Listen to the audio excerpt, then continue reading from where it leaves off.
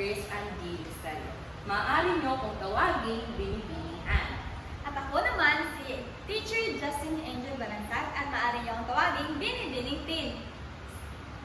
Tumayo kayo para sa ating panalangin. Sa ngalan ng Ama, ng Anak, ng Espiritu Santo. Amen. Amen. So, ngayon class, maaari ko ba kayo, tatanungin ko kayo kung kumusta ang inyong kalagayan. Okay, mabuti at nasa mabuti kayo kalagayan. So ngayon, i-check ko kung sino ang liban sa inyong lahat. Okay, so sa tingin ko ay wala namang liban, mabuti at sa ganun at may bago kayo matutunan sa amin ngayon. Yay! So, maaari ko ba kayong tanungin kung ano ang ating leksyon yesterday? So, ang leksyon natin nung nakaraang araw ay nobela. So, ano nga ba ang nobela? Yes, Montesilio? Okay, correct. Ayon kay Montesilio, ito ay maiksing salaysay na naglalaman ng isang kwentong may mahalagang pangyayari. Sa kabila ng pagiging maiksi nito, maaari nitong taglayin ang lahat ng elemento ng isang maikling kwento. Ano-ano nga ba ang elemento ng maikling kwento? Yes, Loretta? Okay, very good. Tauhan. Another? Okay. Yes, Yes. Very good. Tagpuan. At iba pa. Ang banghay, tunggalian, kasugulan, at wakas. Okay, so? Gusto niyo bang makapanood ng isang palabas o short story tungkol sa mga hayop? Okay, ang ating panoorin.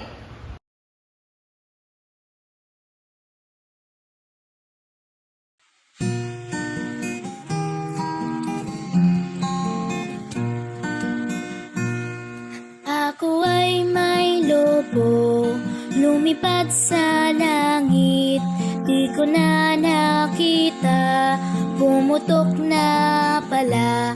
Sayang ang pera ko, binili ng lobo. Sa pagkain sana, nabusog pa ako.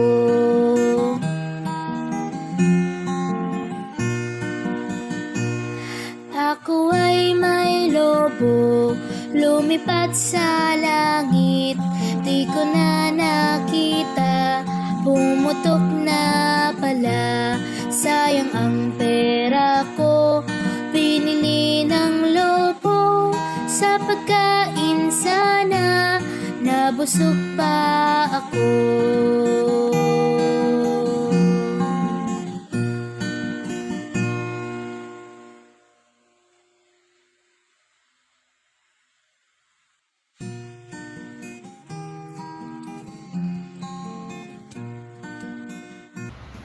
May mga alaga ba kayong hayop sa inyo? Meron. Yes, aso, pusa. Tama. So, anong mga hayop ang iyong nakita sa iyong pinapanood? Kanina lang. Okay. So, yes, unggoy. So, ano ang inyong paboritong hayop na nakita niyo sa palabas? Yes. Pagong, very good. Monkey, yes, unggoy. Clap your hands. Ngayon, ay tatalakayin natin, or base sa inyong napanood na palabas, ay tatalakayin natin ang isang uri ng panitikan. At ito ay ang pabula. So, ano nga ba ang pabula? May ideya ba kayo? Yes, sinanggote? Okay. Ayon kay sinanggote, ang pabula daw ay isang kwento na ang pangunahing tauhan ay mga hayop. Okay, ibang sagot. Thank you, sinanggote. Clap your hands. Ibang sagot. Yes, Irma. Okay, very good. Ang pabula daw ay ang mga hayop ay isang pangunahing tauhan at ito ay naglalaman ng aral. Okay, very good. So, ang pabula class ay uri ng kwento kung saan ang mga hayop ang pangunahing tauhan. Sa mga pabula ay ang layunin ng pabula ay magturo ng mahalagang aral o leksyon sa mga bata. So, ayon sa meaning ng pabula ay maaari ba kayo makapagbigay ng halimbawa ng kwentong pabula? Okay, yes lang Pita. Okay, correct. Ang pagong at ang kuneho. Iba pa? Yes, Matias. Okay, very good. Ang tipaklong at ang langga. So ngayon, ay tatalakayin natin ang isang pabula na naglalaman ng kwento na si Pagong at si Masi.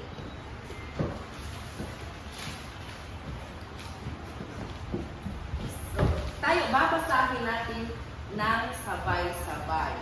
Okay? Okay. So, ang Pagong at si Masi, ang may akda ay si Zelda. Si Pagong at si Matsi ay matalik na magkaibigan. Ngunit, magkaiba ang kanilang ugali. Si Pagong ay mabait at si Matsi ay puso. Isang araw, nakakita sila ng puno ng saging at magpa siya na hatiin ito. Kinuha ni Matsi ang itaas na bahagi na may mga dahon. Samantalang, kinuha ni Pagong ang ibabang bahagi na may lugar. Sa kabila ng pag-aalaga ni Matsi, nalanta ang kanyang tanim. Samantalang ang kay Pagong ay tumubo at namunga. Nang nakita ni Matsi ang bunga, nagyaya siya kainin ito at pumayag naman si Pagong. So sa kapusuhan ni Matsi ay kinain ni Matsi ang lahat ng bunga at walang tinira para kay Pagong. Sa galit ni Pagong, naglagay siya ng mga tinig sa ilalim ng puno. Nang bumaba si Matsi ay nasaktan. Nasaktan siya ng mga tinig at nangakong gaganti kay Pagong. Kinabukasan, nahuli ni Matsi si Pagong at binalak siyang patayin. So, si Matsi is nagplan siya na iyahang kanapakil si Pagong. So, maraming paraan ang plano ni Matsi kung paano niya papatayin si Pagong. Sa kabila ng mga pananakot, naisip ni Matsi itapon si Pagong sa dalampasigan, kung saan lihim na natuwa si Pagong dahil marunong siyang lumangoy. Sa huli, naloko ni Pagong si Matsi. Ito ay nalungkot at natutunan ni Matsi ang aral na hindi dapat lukuhin ang kaibigan dahil masakit itong gawin. Dahil dito, nagbago si Matsi at hindi na sila magiging. So, maaari ko ba kayong tanungin kung sino-sino ang mga tauhan sa kwento? Okay. Maaari ko ba kayong tanungin? Oo, tama. Tama, Ugalia Corta. Ang mga tauhan sa kwento ay si Pagong at si Matsi. Ano ang kwento o ano ang aral sa kwento na ating binasa? Okay, tama. Na huwag gamitin ang dulo o talino upang makalamang sa kapwa. At huwag lokohin ang iyong kaibigan. Correct. Very good. So ngayon, may pangkatan tayong aktibidad. Maaari niyo bang ibilang ng inyong sarili sa 5 para magkaroon kayo ng pangkat. Magsisimula tayo sa likod. Okay, very good. So ngayon, ang pangkat 1 ay dito, pangkat 2, pangkat 3, pangkat 4, at pangkat 5. Okay, very good. So, bibigyan ko kayo ng 2 minuto para makaprepare sa inyong pangkat. Okay, so ngayon, meron kami ditong mga larawan. So, ihahanay nyo ito base sa pagkasunod-sunod. Meron meron dyan ang mga bilang kung ano ang mga larawan na nag-describe sa mga larawan dyan.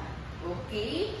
Bibigyan ko kayo ng 10 minutes, 10 minuto para matapos nyo ang aktibidad. 1, 2, 3, 4, and 5.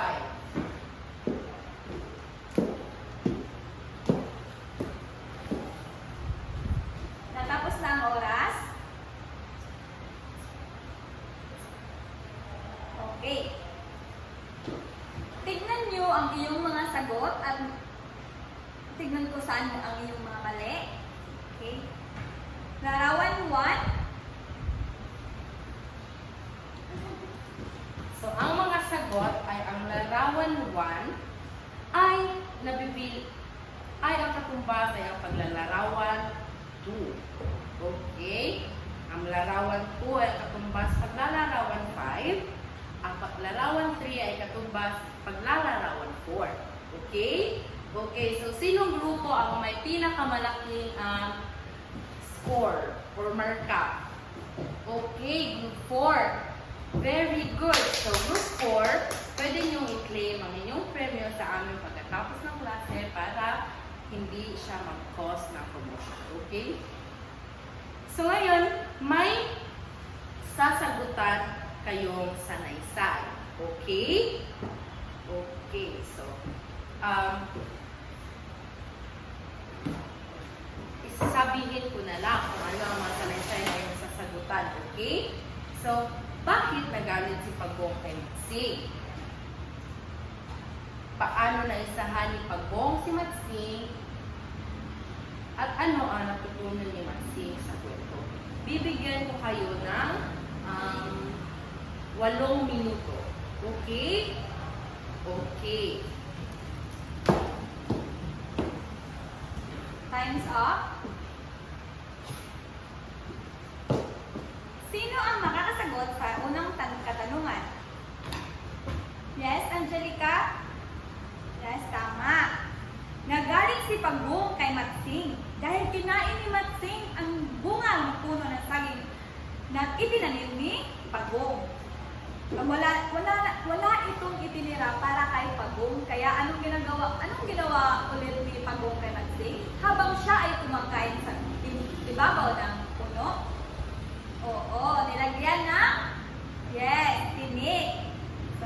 Pangalawang tanong, sino makakasagot? Yes? Paano naisahan ni Pagong si Matsing? Paano nga ba? Oo, tama. Naisahan ni Pagong si Matsing nang maglagay siya ng tinik, kagaya ng sinabi ko kanina, sa ilalim ng puno ng saging, kaya't nasaktan si Matsing nang bumaba ito. Nang itapon siya ni Matsing sa dalampasigan, lumangoy si Pagong at nakatakas. Dahil marunong lumangoy si Pagong, kaya ikinatuwa niya itong itinapon lamang siya sa dalampasigan. So, ano ang tanong? Ano ang inyong natutunan ni Matsing sa kwento? Ano ang natutunan ni Matsing sa kwento? Anyone? Okay, Pagyo? Oo, natutunan ni Matsing na masakit na maisahan at lutuhin ang isang kaibigan, kaya nagbago siya at hindi na muling nangloko. Bigyan ng malaking palakpak ang inyong sarili. Okay, so mabuti at naintindihan nyo ang kwento, si Pagong at si Matsing. So ngayon, meron tayong takdang aralin na inyong ibabahagi sa amin bukas. So ang ating takdang aralin ay basahin ang kwento ng magkaibigang si Tipaklong at Langgam, isulat ang tanging aral na nakuha sa kwento sa inyong kwaderno, takdang aralin. So, isusulat niyo siya sa inyong kwaderno at bukas ay ibabahagi niyo sa klase kung ano ang inyong aral na napulot sa kwento ni Tipaklong at ni Langgam. Okay? Okay. So, ngayon class, maaari ba kayo, tumayo kayo para sa ating goodbye prayer. Okay, but before we say goodbye sa isa't isa ay meron kaming ihahabilin sa inyong kasabihan na sa bawat hakbang ng katapatan, isang daang hakbang ng pagtitiwala ang magbubuo. Okay? Okay. So ngayon, tumayo kayo para sa ating goodbye prayer. Man, anak. Stand up. Okay, so goodbye class at maaari nyo bang ayusin ang inyong mga upuan para maayos tayo bago tayo umalis. Goodbye!